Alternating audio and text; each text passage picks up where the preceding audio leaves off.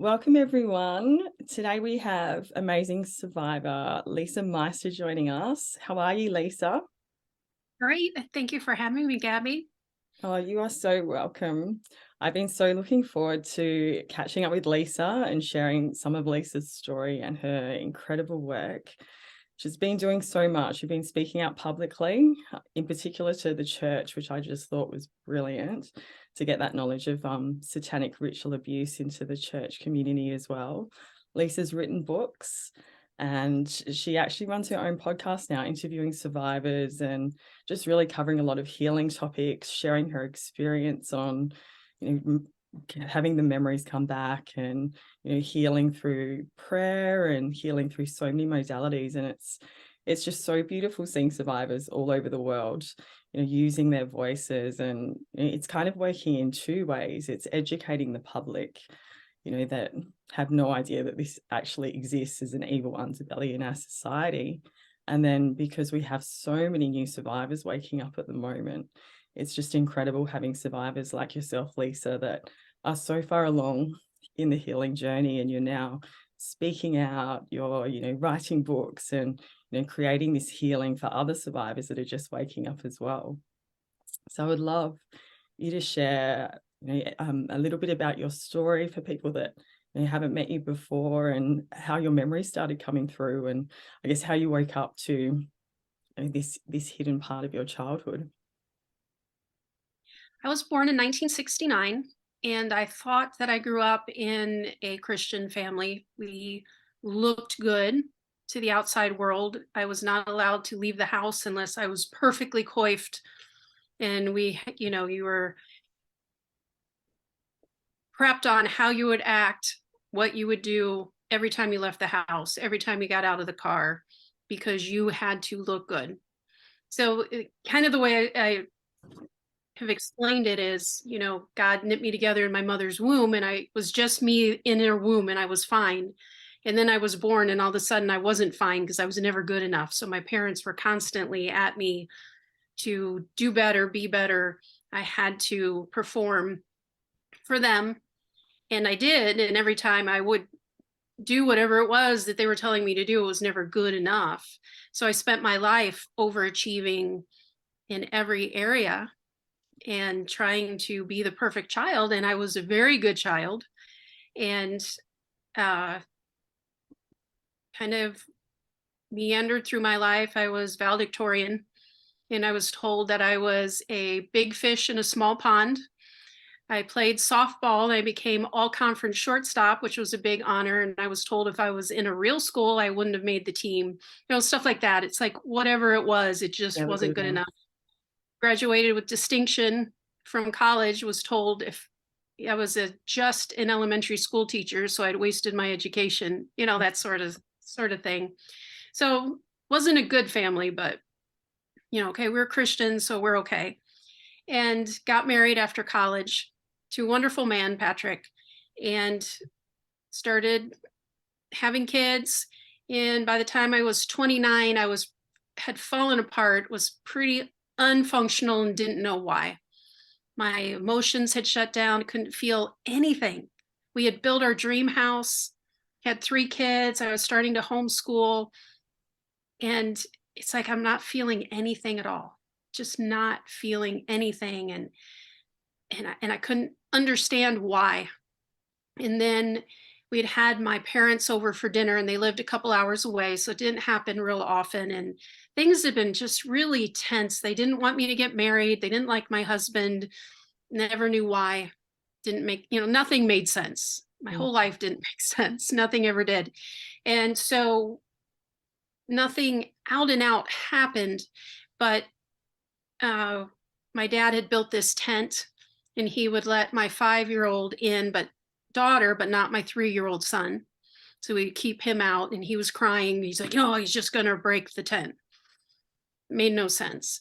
And then at dinner, we had cake, and my husband told my daughter, you have to eat the cake, not just the icing. And my dad took a huge scoop of just icing and put it in my daughter's mouth while I glared at my dad, challenging his authority. And that's all that happened. And he left, and I put my kids to bed, and I was just very upset, just scouring the floor because I take my upsetness out on my linoleum. So just Love it. get a clean house that way, right? Yeah. My husband comes out and he sits at the bar stool and he's watching me, and he's so funny. It's like, so what's going on? And I'm like, he's buddying up to her. You can't let him. Who's buddying up to, who, and it's like, Dad, he's buddying up to Jessica. And he's like, okay, what would he do to her? It's like, I don't know, but you don't let him, it's like, if he's there, I would have been shaking him. You can't, like, this desperation. And it's like, something is there, something is rising up, but it's like, I just can't grab it. It's just somewhere. And I have to know it because my daughter's in danger. I knew she was in danger, but I didn't know what it was. I knew it was him, but I didn't know. And it was terrifying me. And I went to bed that night, and it started 2 weeks of nightmares. And it was getting raped by groups of men just every night at the same, it's just awful. Oh. And after 2 weeks of this, I had my first flashback.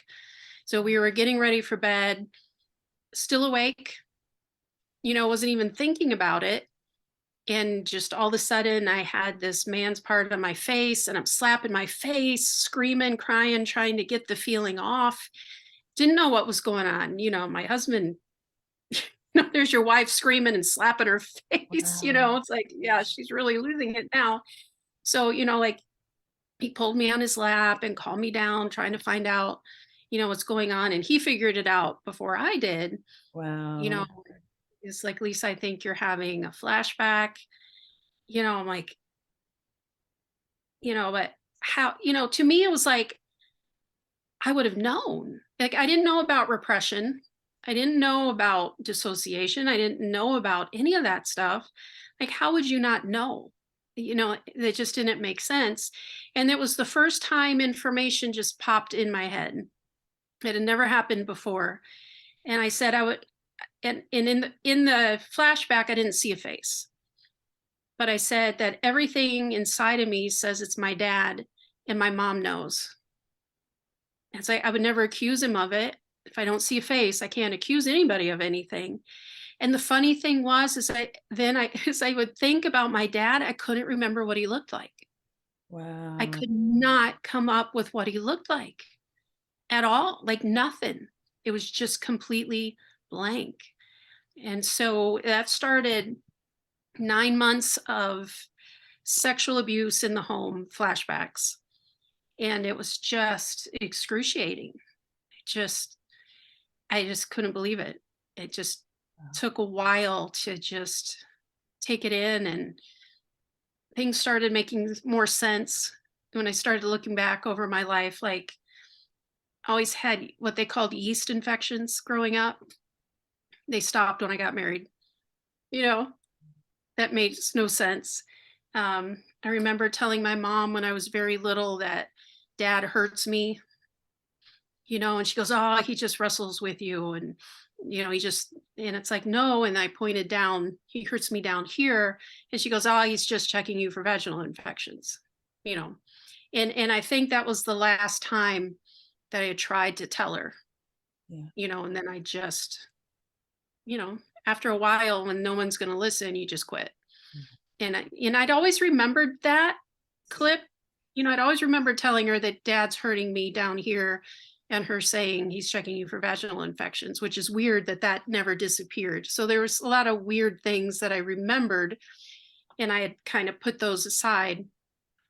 And then during those 9 months, I wasn't getting better. I was getting worse, which made no sense, because it seems like once you start accepting it and understanding it, you should get better, right? And I was, and I wasn't. So I told my husband, I was like, I think I'm going crazy, and I'm not fighting it anymore, and that bothers me. So we found a Christian outpatient clinic. So I went there for 2 weeks, and this really good psychiatrist was there. And so I was running this by him, and he said, people that are going crazy do not know that they're going crazy. So you can take that off the table right now. So that was very helpful. That was like the piece that I needed for those 2 weeks. So that was good. And then at the end of 9 months, then ritual flashbacks. All of a sudden it was people in robes, graves, and fire, and knives, and blood, and, you know, just the terrifying stuff started coming up. And I'm like, what is this? Now I'm really going crazy. Now just throw me into a padded cell. That's what we're going to do. So it's like, we got to go back and talk to this psychiatrist again so he can convince, he can tell Patrick that I'm crazy, because this makes no sense. So we went back to him, ran by what I was seeing. And he said, yeah, he knew that I had been satanic ritually abused. I'm like, it was used to you. Yeah. How would you know that? And he said, because the extremity of the abuse of what your father did to you inside the home was in the top 90-something percentile of severity, and that only comes along with satanic ritual abuse. And it's like, oh. So we then went back to the town where I grew up, which was 8 hours away, because I felt like I needed to validate it for myself. It was still just like, I just wanted to throw it out, because you don't want to be a survivor. You don't want to be a satanic ritual abuse survivor. And so in some ways it's like, I'd got to prove it to myself, because I really don't want it to be true. And so you just fight it. And so we went and found, and I'd always known my parents had been part of a New Age group, and that's all they said. It was part of a New Age group, and they would sit and meditate. And my dad had told my husband once, yeah, we levitated a table once. That's, about all we did. Like that was no big deal, just a little bit of magic, Yeah. Anybody could do that, it's not a big deal. So yeah. We went up and we connected with the witch of the group, with her daughter, and heard some stuff enough from her to validate some things, and ended up finding her ex-husband. So we went to talk to him. And when I said who I was, he immediately looked at my husband like he was going to come beat him up. Wow. Whoa. So, and then he was just denial. Like, this was a small town, like 2 traffic light town. And he had no idea who my family was. My family had a pharmacy that he was a customer of. He's like, I don't know where that pharmacy, and his current wife, who's also a customer of my dad's pharmacy, because I used to work there, I knew her. He's like, sure, I don't know it. And she brought a bookmark in the book he was using right now, well-used bookmark with my dad's pharmacy logo right on it, and put it right in front of him. It's like, I don't know any, it's like, it was enough for me to validate, so went through all that. And then it was, I have validated it enough for me. Now I have to heal. I'm done fighting it. So now I have to accept it and put my energy into that. And so that was a big shift, a big change. And I don't know how long that took, maybe, I don't know, several months of fighting it and validating and seeing the psychiatrist and all that. And, I think with SRA, there's just enough devastation that's left that you can find those pieces. That's, For sure. And so it really is with, discovering that you have these memories, like that whole process that you were speaking about then, Lisa, for survivors, it's you kind of putting together the pieces, like, because they're coming randomly. You don't know what's next. I mean, I had my first memory 9 months ago, and was absolutely shocked, even though I knew I was from a dysfunctional family. There was addiction, there was mental illness. It was an absolute mess. Like, you know, I thought up till then I'd done really well to become the human that I am today.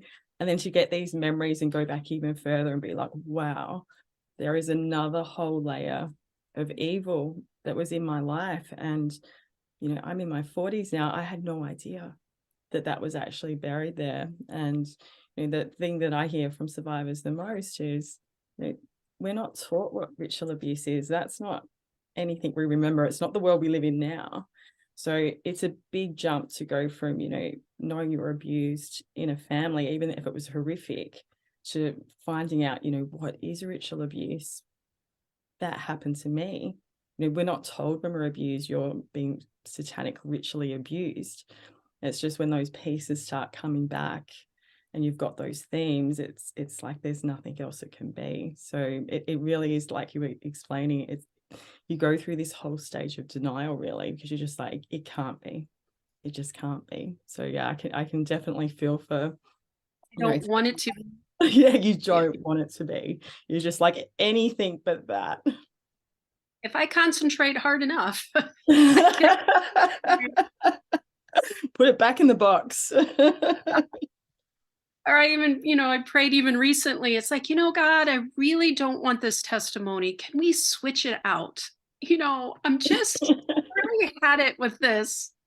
And he's like, Lisa, you're kind of stuck with what happened. Yeah, I know. It's in the past. But, you know, I know some survivors that don't talk about the SRA part. Same. To say, I just call it sex trafficking, and I just don't even address the SRA at all. I mean, there's a lot of people that I've known that are SRA, and it's like, would you come on my show and talk about it? And they're like, oh no, I never talk about that. Yeah. Like, okay, God, I could do that. I just won't talk about it. That would be so much easier, you know. But if we don't, and I'm not saying the people that do that are wrong at all. No. I would very happily step into that if God would let me do that. But we need to address it and talk about it. So number one, that we can help other survivors to pull out and to heal. Two, that we can educate the churches especially, but also, you know, psychiatrists, psychologists, police, doctors. You know, we need the world to understand this. The Balenciaga stuff shows you, you know, Hollywood, all the industries, that the world needs to understand that this is real and that we need to fight it. But most importantly, because of all the kids that are in it right now, and if we don't take it straight on, we will never get those kids out. And that's our biggest problem. Absolutely. Knowing that it's still happening today. So not just for survivors healing, but knowing that these rituals are still going on today.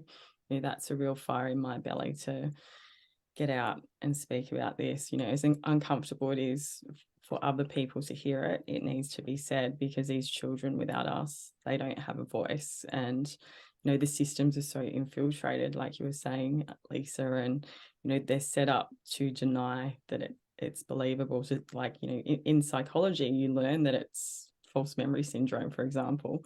So, you know, unless a therapist has done their work and maybe come across survivors and looked into things other than their indoctrination by Tavistock universities, they're not going to believe this is real. I mean, for an example, yesterday I went to a beautiful healer to have some work, energetic work done on me. She was asking me about things that were coming up that were going right back into like 1-year-old, 4 years old. And I'm going to have to give her a call today and make sure she's okay, because she had no idea. She's like, I've heard about this and I thought it was a conspiracy theory. And, you know, that's a reality. Like, until even healers or, you know, people in the community come across this hands-on, they don't believe it's true. And like, even like you're saying, for survivors, you know, there's that denial that they've experienced it. It was something else, you know, and that's a bit of like, I guess, sometimes a Stockholm syndrome. They're not wanting to put onto their family members or, you know, relatives that they are Satanists. But that's also, you know, that's part of the programming that we experience as well, is, you know, don't speak about this, it's not true, be silent, you know, you don't talk about your abuse. And that's all in survivors and needs to be broken down as well. And it's why these conversations are so important, because I know for me, waking up now in, you know, the 2020s, it was so much easier to get through this denial stage quicker because these conversations are happening. You know, I really feel for survivors like yourself, Lisa, that woke up decades ago, like there just would have been so little support. You know, there wasn't the internet that you could go like look these things up on. Not that they probably would have even been there if it was the case. There weren't books. You go to a therapist, a psychologist, and they'd just be like, you lost it. So, you know, that's such a big wall for people to go through. And I'd love for you to you know, say a few words, Lisa, on, because you're speaking to so many survivors, you know, talking about ritual abuse. How would you define ritual abuse, and, you know, what sort of patterns do you see coming up in survivors? So for people that are listening, you know, they can look back into their own lives, you know, and think about that sort of thing, but also it helps us identify, you know, potentially people or even children in our communities that are still going through this today. Satanic ritual abuse is an extremely sadistic physical, sexual, emotional, and spiritual abuse on children and vulnerable adults. It is vulnerable adults also, so it's kind of interesting. And it is in the worship of Satan. But to worship Satan, they do it by blaspheming God through mocking the death and resurrection of Jesus Christ. Now, if you worship God, you say, oh God, I love you, you're wonderful, you're holy, and you focus on him. If you worship Satan, you do it by mocking God. And he has it done by going against those who are innocent. And that's why he likes to go against children and babies. And ultimately, Jesus was the most innocent person there ever was because there was no sin on him. Now, babies are born with a sin nature. Jesus had no sin nature in him. So ultimately, when he died on the cross, he was the ultimate of sin-free. Now, a baby has not chosen any sin. And so when you look back in the Old Testament, and they talk about passing children through the fire, that was also satanic ritual abuse. Wow. And they would throw children into the fire, and they would sexually abuse them in the same ways that they do now. So in satanic ritual abuse, some children are killed, and then some children are considered a living sacrifice. So it depends on, they cannot have too many bodies. They can't have too many children that go missing. So statistically in America, we have about 800,000 kids go missing every year. The majority of them come out of the foster care system. And we're having a big problem right now in that our government is flooding the foster care system and taking kids away from safe families, and they're taking them away from safe parents. I mean, it's just a mess right now, and these kids go missing and nobody looks for them because they're in the foster care system. So we also have within a satanic cult that when the girls that are the living sacrifice get old enough to start having periods, they become breeders. So they will ritually impregnate these girls, and they won't let them get full term, but they will get them to the point where the baby will come out looking like a baby, very small, but fully formed. And then those are the babies that will get killed because there won't be a birth certificate and nobody's going to be looking for these children. So they will have children that they can kill. And, you know, it's graphic, it's horrible, but it's way horrible for the kids that are seeing it, experiencing it for themselves. So they do this because they get satanic power for doing it. The satanic realm is real, and they really do get power in these rituals. So if you have a living sacrifice, which is what we were, they would do rituals, which were horrible. And after the ritual's done, then you would get sex trafficked. So people would come and everybody would rape them. And everybody that rapes somebody who is just the target of a ritual, they get power, satanic power through that child. And that's why they are doing it, because they really do get power from it. And it works, and that's why they do it. It's done at a small community level, which is where my parents were a part of. It's done at state level. It's done at government levels. It's done around the world. You know, as well as I know, we both talk to survivors all around the world. My podcast is listened to in over 70 countries because it happens to people all over the world, because it works. And if you look in the Bible, you will find out the whole entire Old Testament keeps coming back to it. If you talk about Molech, Baal, Tophet, and Asherah, they all start going back into child sacrifice, sexual orgies, and it all goes together. And you go into the Valley of the Son of Hinnom, which is a place right outside of Jerusalem, where even the evil kings of Israel would go and sacrifice.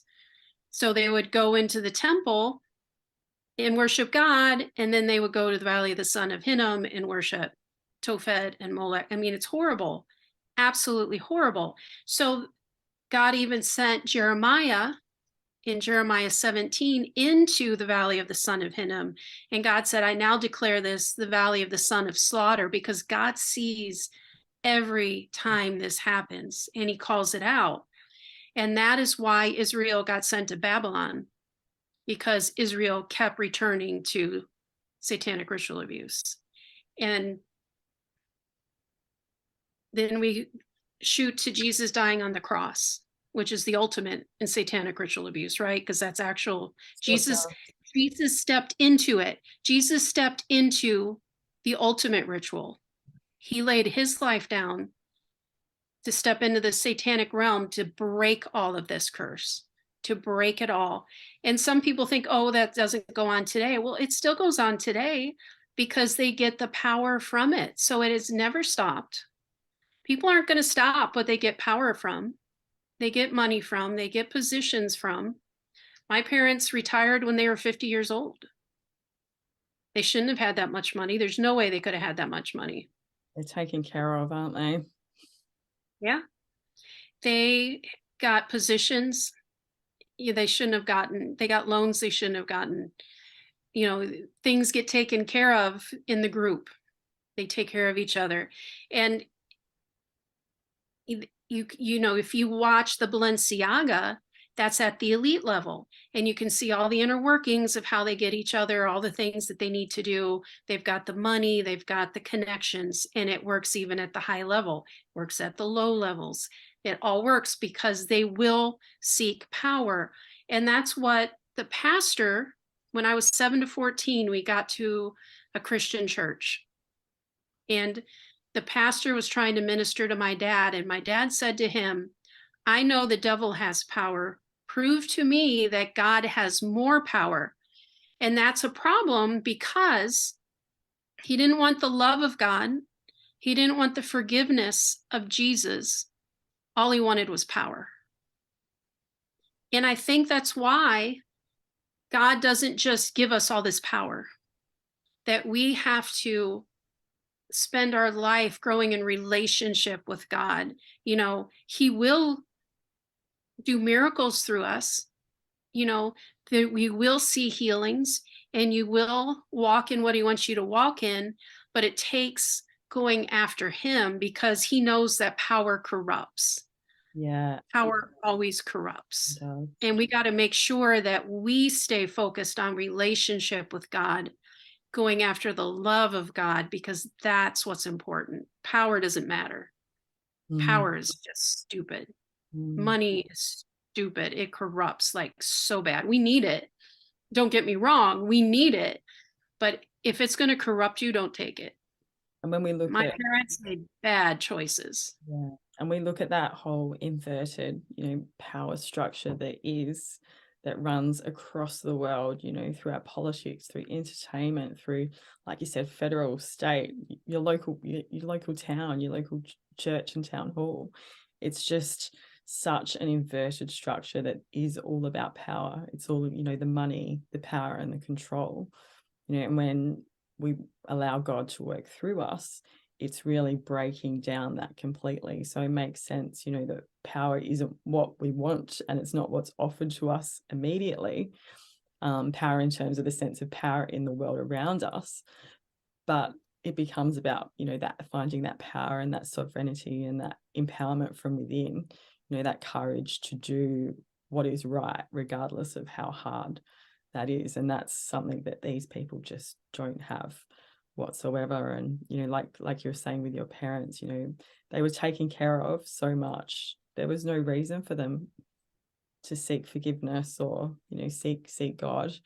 They'd found who they want to worship in this plane, and it works for them. And it's just so unfortunate that this is such a massive underbelly of society or culture all over the world.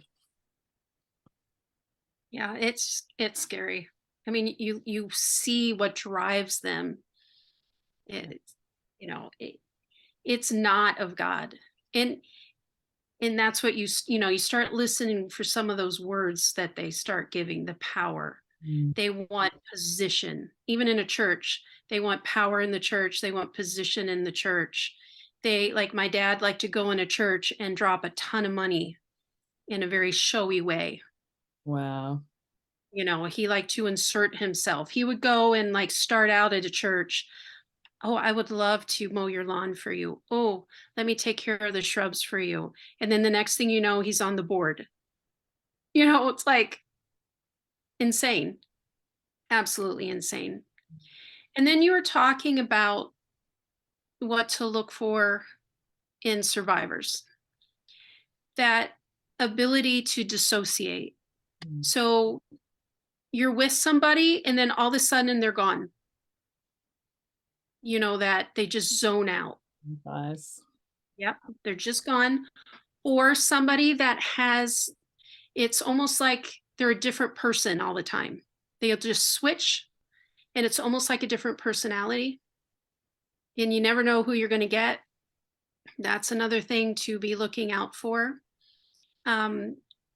With kids, they tend to be very quiet about the abuse once they get to a certain age, because they know that their life's on the line if they tell. There's don't tell rituals. There's a lot of silence programming into them. They know that they can't tell. I remember once I was going to tell a basketball coach. Wow. And I went to tell her and it's like, there was nothing there. Wow. And I knew I was going to tell her something and it was really important that I told her. And when I went to tell her, there was just nothing. And it was just this moment of, and I still can't explain why, but I think some programming took over, and just wiped it real fast. So they're not going to tell you, but they will have tics that come out.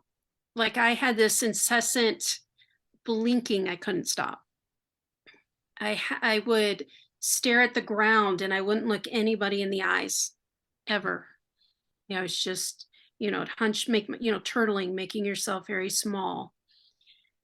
My husband said when I got to college and met him that my self-esteem was a little lower, or no, a little bit higher than a street person, which made no sense. Valedictorian, I was so successful. Yeah, I was very successful. I was smart. Things in my life just weren't matching. And so look at that, is what you're seeing matching to what you should be seeing in the child? A lot of the artwork is interesting and what they're writing about. A lot of breakthrough will come through that. I used to draw stars in circles all the time. I was always doodling. I just always did that. And when I was an adult talking to somebody, I was drawing it, just doodling on the phone.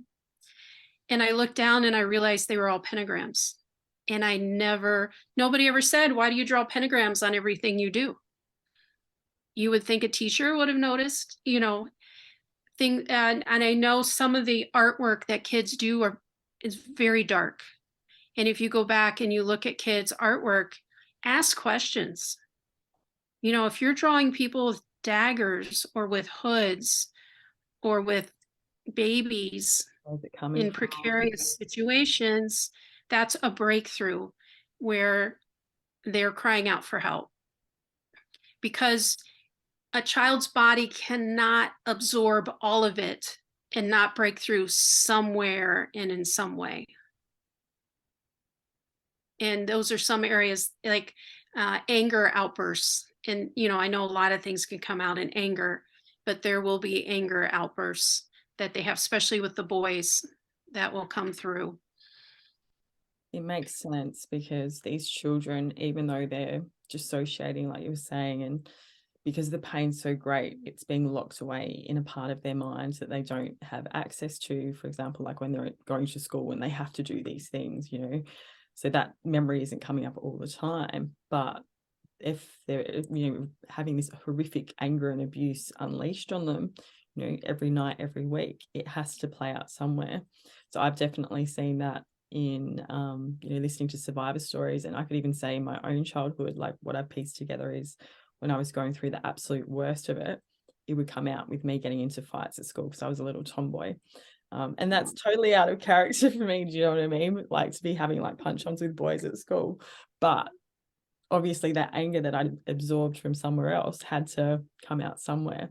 And I imagine there'd be so many children that just get labeled as dysfunctional, attention deficit disorder, autistic, as a bully, without us stopping and considering, what is that child going through to be in that position. So it's so important that we're having these conversations. And we know how infiltrated the places or all our systems are, from the police that you report to, schools are a big part of obviously the finding and identifying of children, but also even the programming. And there's abuse. I've heard so many survivors tell me about abuse within their schools and also being trafficked out to other places.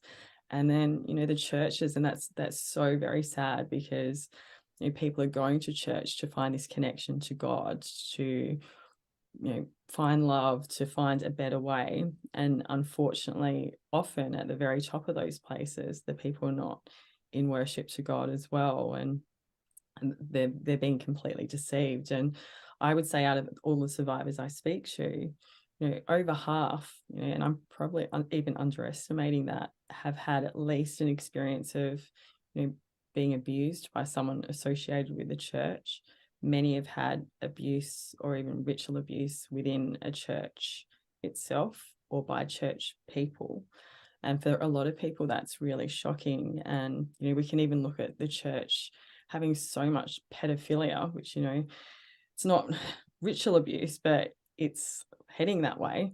Why has the church had so much of this for so long? And it's actually been very much encouraged in Australia that it's only been priests that have abused children, and obviously they never get charged for it because they're protected. They get the promotions, they get moved around, that become the most powerful priests. And I love what you teach, Lisa, is because as a survivor, I was very angry at the church, and I had no idea until I've had my memories back over the last 9 months that I was abused in a church scenario. I had rituals done within a church. I was trafficked within a church community, and I found it really hard. I threw out Jesus, firstly the church, but I associated Jesus and God with that, so I threw it all out when I was 10 years old, and I saw altar boys being abused around me in primary school, and it obviously triggered my early abuse. And it's been such a long journey for me to come back to God, to come back to trusting Jesus. And I see so many survivors working through that at the moment. And, it's never to push a belief or anything on anyone. But I would love for you to cover a bit about how you processed, we sort of all go through this stage, like, why would a God allow this to happen? Why is it this way? And, Satan and the enemy is very much, pushing a lot of these beliefs on us, and we get very caught up in, is Jesus someone to be trusted? Is God good when this world is in such a damn mess at the moment? And it certainly is. So yeah, I would love you to speak a little bit on that for so many survivors that are, on that journey of coming back to God and the heart as well. Well, I'm just very impressed by survivors that they're on that journey at all, because the level of abuse where they are in the rituals making it sound like God is part of it. False Jesus going around raping the kids or putting kids on the cross, the emblems of the Bible and the blood and all the stuff that they're doing and mixing the Christianity in with it is very confusing to a child. And so for a survivor to be working through that, I think is heroic, and that all survivors need to be applauded for that. And I just want to say, good job. That's just amazing, because that is not God at all. What they are presenting is not God, and it is not of God. When we had the Garden of Eden, God had his total will there. There was no evil. Everything was provided for. There was access to God where we could walk in the garden with him every day. We could ask him anything and he would answer it and talk to us, and love and God's character was there to see and to understand, and it was wonderful. And the only rule was, don't eat of the tree of the knowledge of good and evil. Just don't eat it. And he knew that the devil was going to be sly and cunning, and that's why he made the one rule easy: don't eat it. Just don't eat it. So the devil came in, he tricked them, and they ate it. And that opened up the knowledge of good and evil and brought evil into the world. And that puts us in rituals. That led us to rituals. And then in those rituals that the devil brought to us, he sits and says, well, see, God wanted you to have this. That's why you're here. He would have stopped it, right? That's the whole idea that he presents to us, which sounds right, because when the devil talks, it always kind of sounds right, but it's kind of, we're not sure, because there's usually something wrong in there, but sometimes we kind of can't identify it. So the part that's wrong is that we're there because the devil put us there. We're there because our parents, who God gave us to protect, or our grandparents, or whoever it was that chose to put us there, were the people that were supposed to be protecting us, and they did not. They chose to go evil and to use us for their good. So we had to suffer to help them. Now, God helped us to get through it by dissociation and all sorts of stuff. And we made it through. Now, a lot of kids didn't. A lot of kids died in it, and they're in heaven with God. There's a lot of discussions. There's a lot of things in all of that. But we're here today. So then the thing is, well, some people say, well, God wanted that for you. I don't believe that ever. So what I do is I take us to the character of God. God is faithful. He's righteous. He's loving. He's merciful. He's compassionate. He's kind.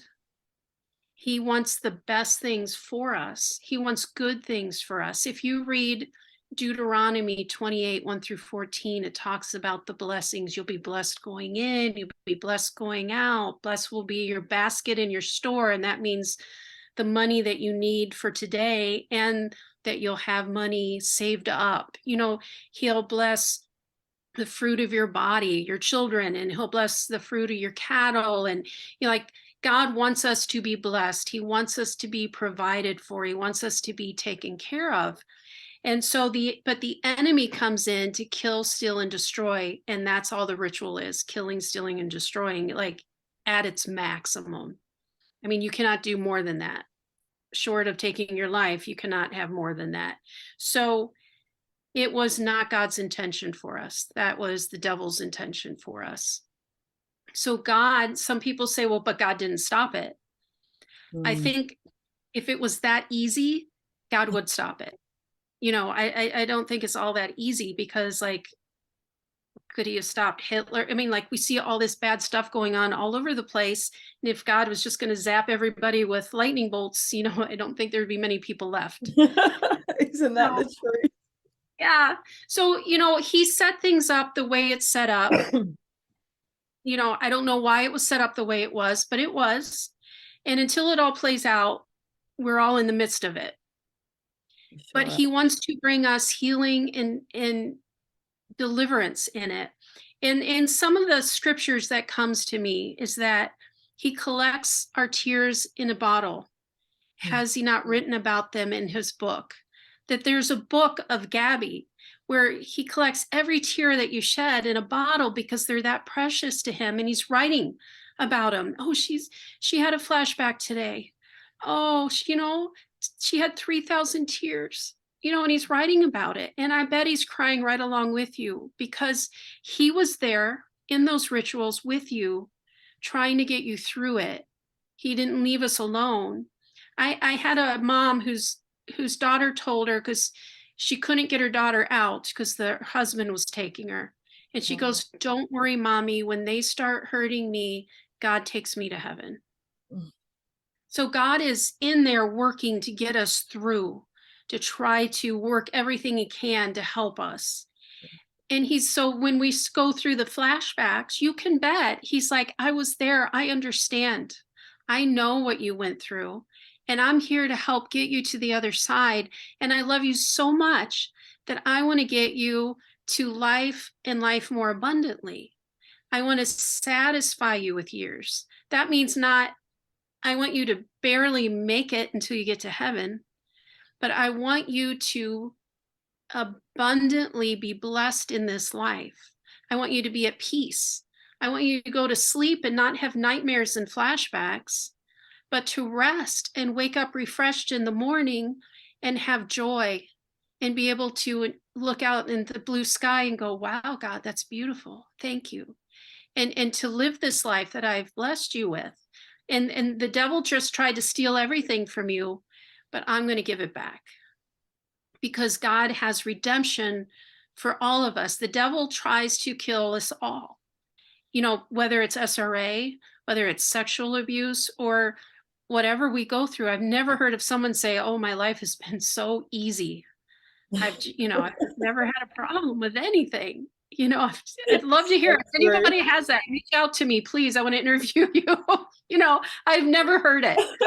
Everybody has to heal from stuff, because we live in this world and there's so much evil in this world. And God in his love and mercy understands it. And he's tender hearted. He's not hard hearted. He's not up there, get over it. Because I healed, like, it was hard healing for 20 years because there wasn't stuff out there to help. Yeah. So it was long. And he wasn't ever saying, Lisa, would you just get over it and be okay? I was saying that to myself. Lisa, what's the matter with you? You know, Lisa, if you were a stronger Christian, you would be over it by now. I mean, I was horrible to myself, but God never was. He was so compassionate. You know, it's like, God, here I am again. And he's like, Lisa, it's okay. We will get through this too. Amazing. It's like, cool, because he loves us. And then I found in Zephaniah 3:17 that he rejoices over me with singing. Wow. And it just touched my heart, because I just thought he was mad at me, because my dad was always mad at me. Yeah. I was always in trouble. No matter how hard I tried to do right, I was always in trouble. And so I just figured I was going to barely make it to heaven, and then God was going to just tell me everything I did wrong. And then I found that, I'm like, he rejoices over me? I'm okay. Yeah. That means I'm good enough, and it's not that I'm good enough, but that interchange that when true Lord Jesus laid down his life, he laid down all of my shortcomings. And that when he rose again victorious, I became victorious with him. And that's the resurrection power. So when God looks at me, he's like, Lisa, you're good. Everything's fine. I'm proud of you. And then you get into that Hebrews 11 hall of faith where we have so great a cloud of witnesses that are cheering us on, going, Gabby, you've got this. I'm so proud of you. And everyone's cheering, going, yay, good job. Keep going, run the race. You've got this. And that's our Father God. That's our Daddy God. And that's the one that we can trust. And when we get to the point where we can trust him, then the healing starts coming in. That's where the healing is. And it's beautiful. It's really a beautiful place to be. That's just such a beautiful summary, Lisa. And yeah, I think that was the biggest realization for me. And I know speaking to other survivors is you go through these horrific abuses that no child should ever go through. And the feeling is, as you're uncovering them, that we were so alone, that we weren't protected. Why did people do this to us? And then looking back now, after processing it somewhat, you see that it is actually a miracle that we are all here. We were held, through the worst, the absolute worst that, human free will was capable of, along with a whole lot of other demonics and this kind of thing, in these horrific rituals. And yet we were guided, to survive, to be able to live through that, to dissociate for however long it took us to get to the point where we are at now, where we have God, we have open hearts, and we can actually begin healing. And I think it's so beautiful what you went through, just reminding us all that, even if we had a father that was an abuser or other males in our lifetime that were, because I think so often that gets tied in with what God really is. God is none of that. God is the father that a lot of survivors have never had, and is just waiting for you to sort of open up that line of communication so you can come home and begin to heal. I would love for you, you had an incredible journey of 20 years from when your memories first come through, of trying to find help and trying to, work out what was going on, even because there was so little support and knowledge of, what ritual abuse is. I would love for you, Lisa, to share some of, your journey of healing and what you found helped, like tips for survivors, because I see survivors now, because we have these stories, number one, out there. So we realize that we're not alone. And I know when I listen to other survivors, I'm like, wow, it's not the same, but it's definitely in parallel to an experience that I've had. And that's very healing, just even having that. So I love, these podcasts and survivors sharing, because that's helping us all so much. But yeah, I would love to hear, what you found and tips and guidance for, the many survivors that are just waking up at the moment, because I don't think it needs to take decades anymore. Like, with us all working together as a community, we can go fast and learn from each other and support each other as well. Which is exciting. Yes. It is so exciting to see people go fast. I love it. I think go through the validation, you need to prove it to yourself that you are right, and to learn to listen to the knowledge that comes up, because you have the dissociated parts inside of you, because we dissociate during the abuse, because that's the only way we can to make it. And dissociation means that we ourselves are creating little people inside of us. This isn't happening to me. This is happening to another person. And we create these little people, and they're not the creation of the group. They're forcing us to do this, but we're creating them. And each one of these people, these parts inside of us, hold information that we're not privy to in our core. So who the core Lisa is who I am now. So, like, this is my dad and my mom knows was information that came from one of my parts. So I'd never experienced that before. And it took a while before I had a flashback where my mom walked in one night in the middle of him on top of me. And I'm like, that was true. Yeah. You know, that was true material. You know, I don't know how I knew that, but you know, and it was a lot of months later before that came out. It's like, wow. So learn to listen, because at first you won't. If you're like, you know, you just throw it off. That makes no sense. You just throw it out.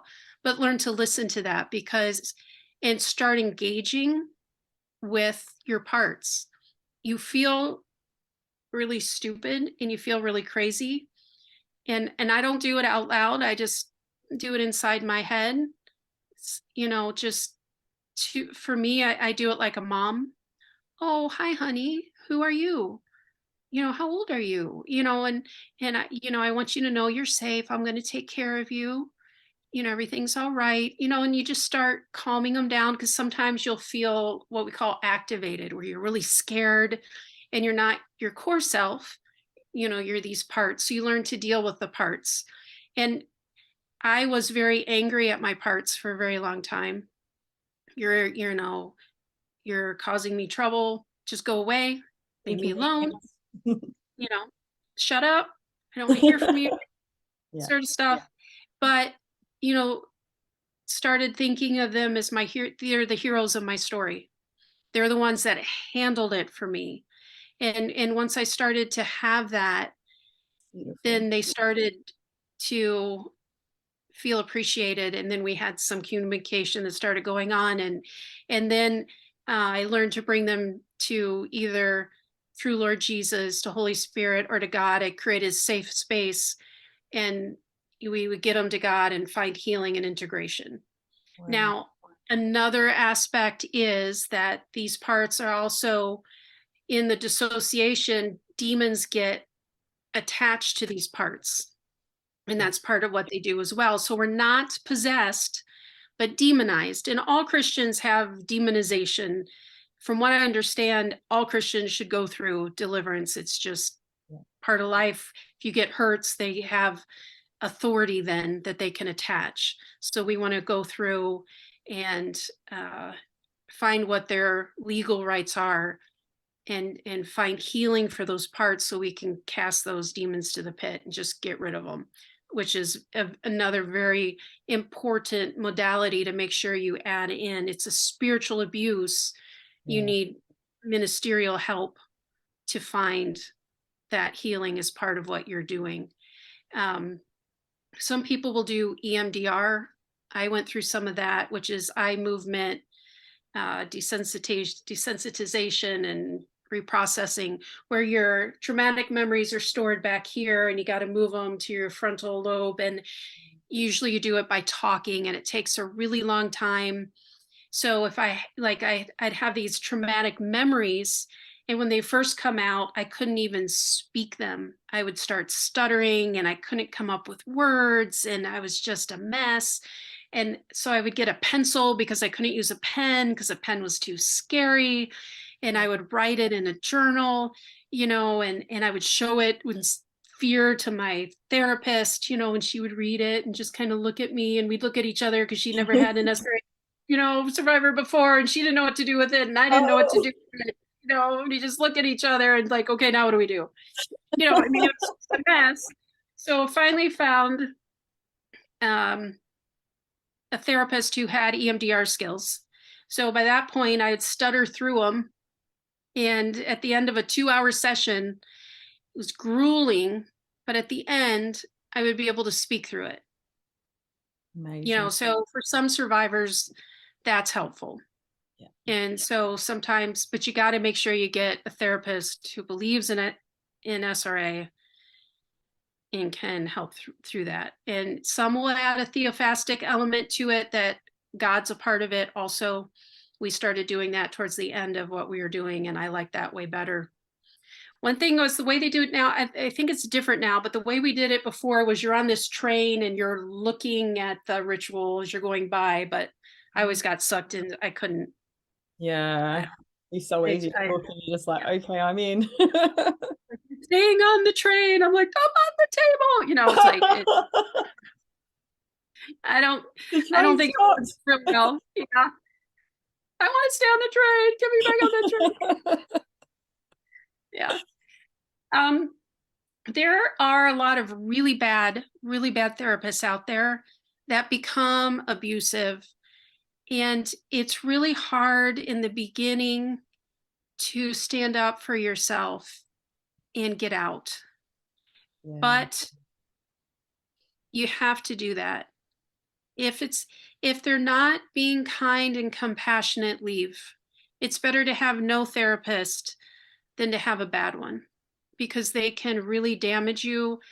And there are cult active therapists out there that are trying to silence you, trying to confuse you, or trying to make you crazy, or to make you think you're crazy, or to try to get you institutionalized and on drugs. And don't go for any of that. So that's an important point, Lisa. So important to remember that, unfortunately, therapists, psychologists, even healers, so even alternative healers, are part of cults. And Fritz Springmeier wrote about this. This was decades ago, and he estimated over 50%. Now, I think in Australia, because we are just infested with Tavistock, and our psychology department is so owned by them, I would actually say it's far higher than that. From the reports I personally hear from survivors, almost every survivor has been to see a therapist.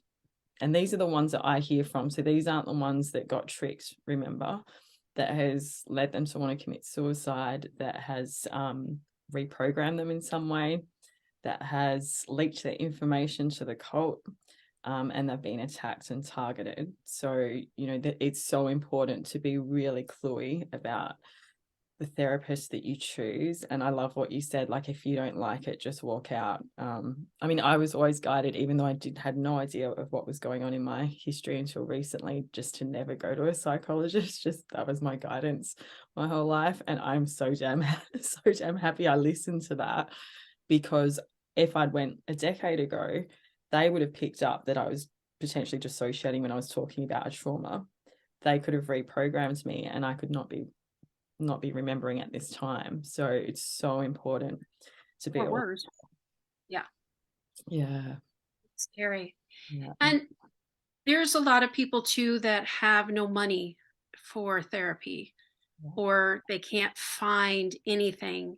And I want to encourage you also that there are a lot of survivors who have done it with just themselves and God. That when that's all there is, that God can step in there, and he is sufficient. And we are, and that, we're the best experts too. Oh, sorry, it was just delayed. I was just going to say, we are the best experts on our minds, on our experience, on our memories. So we can really empower ourselves, and we don't need a third party. You have this incredible body, mind, spirit, soul, and guidance. If you can tune into it, you can be better than any therapist if you trust yourself and work through it that way. So that was a beautiful point, Lisa. Sorry to interrupt. That's fine.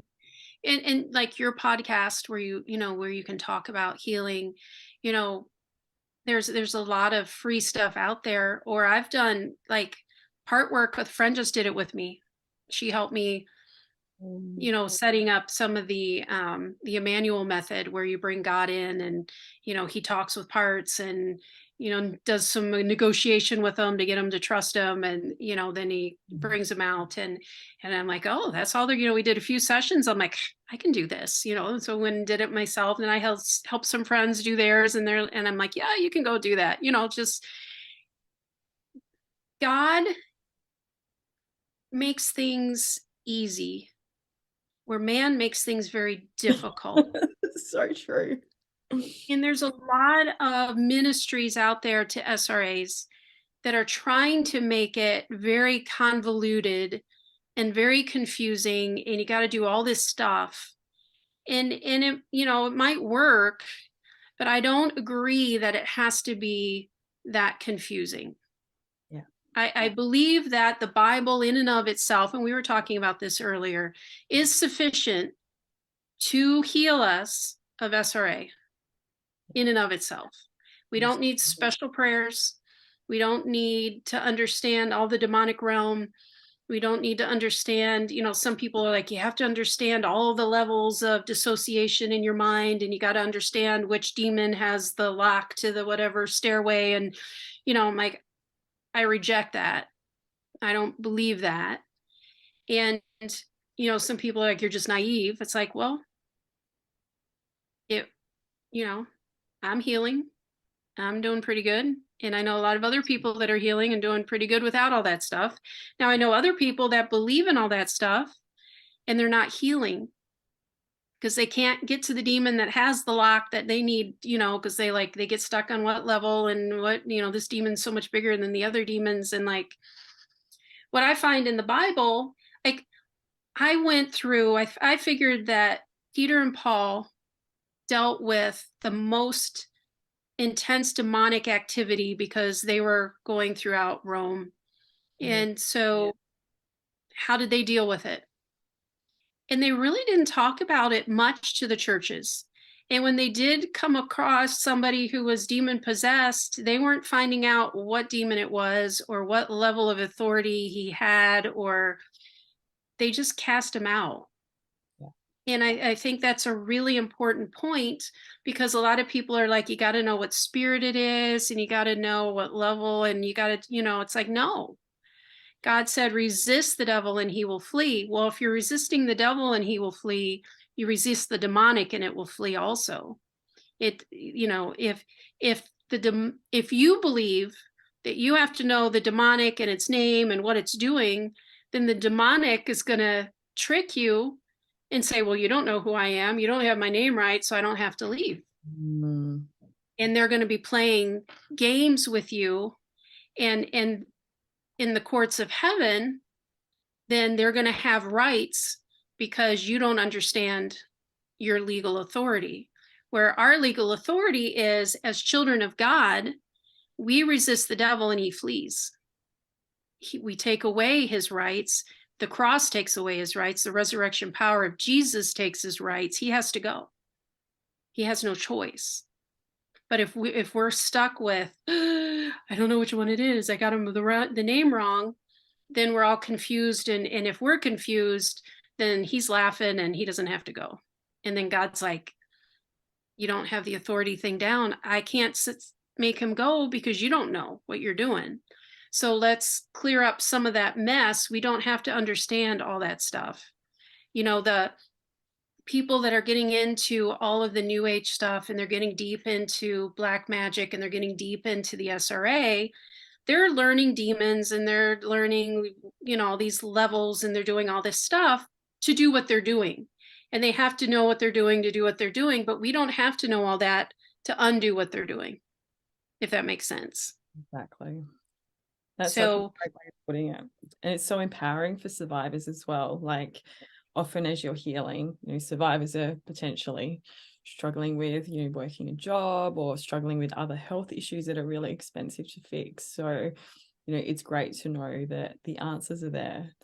It's simple if we can tune in. I love that. Lisa, I would love you to run through, before we finish up, your book and where people can find you and your brilliant podcast. Lisa's been interviewing a number of survivors, and it's so great because a lot of the survivors you are interviewing are from the US as well, and just noticing all the parallels across the world in terms of how similar all of this programming and abuse has been. Just makes makes us realize that we're not alone, but it also makes us realize that the system is so very connected. And I love that you are speaking out and, sharing all these stories for survivors, because number one, it's so healing for these people who have never been heard to, be invited on to share their story. And then it's also, reaching out into our collective, these stories. And I just see over the next few years, just so many survivors healing enough to speak out, and they just are not going to be able to stop, you know, just the wave that rises from that, because once there's stories coming from every town, from every city, it just becomes completely undeniable that this is just a massive infestation. So it's just so brilliant what you're doing. So yeah, please let everyone know where they can find you. Thank you. Yeah, you too. And we'll just keep doing that. It's exposing SRA one story at a time. I mean, you can't take all the stories and see the parallels and just say, oh, everybody's talking and coming up with their stories together. There's no way, especially when you're half the world away and it's exactly the same stuff. There's no way. So my memoir is called Only God Rescued Me, My Journey from Satanic Ritual Abuse. And it's at Amazon and on Kindle. And I think Barnes and Noble online. I'm not sure if Australia will have that or not, but I know Amazon. You'll be able to get Amazon, yeah. Yeah. And then I also have You've Got the Wrong Guy. And that talks about that whole struggle with, is God at fault or is the devil at fault? And to make that line and to understand that process. So that's also available on Amazon and Kindle. My podcast, everything is under Only God Rescued Me. My journey from satanic ritual abuse, mostly because I just couldn't figure anything else out, and it just seemed easier to keep it the same. So my podcast, so any podcast platform, also on YouTube and Instagram, Facebook. And for survivors that are looking for community, we have on Facebook an SRA survivor, Christian SRA survivor support group. So if you're looking for a place to go, you can go shoot a request to join there, and my team will reach out to you and get you plugged in. And, you know, we have scriptures and talking about healing from dissociation, or how to have your ventral vagal, and how, you know, some psychology sort of things to calm down. And people can put up flashbacks. What do you think? Has anybody had trouble with this? What do you do? We had someone put up the other day, is anybody else dealing with scoliosis? Do you think it has anything to do with SRA? Things like that. You know, you can just throw stuff out there. What does anybody have on this? Or, you know, I live here. Does anybody know if there's any ministries in this area?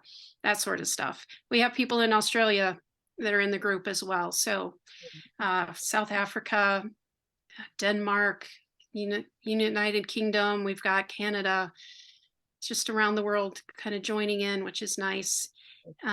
We had to suffer abuse alone. We don't need to heal alone.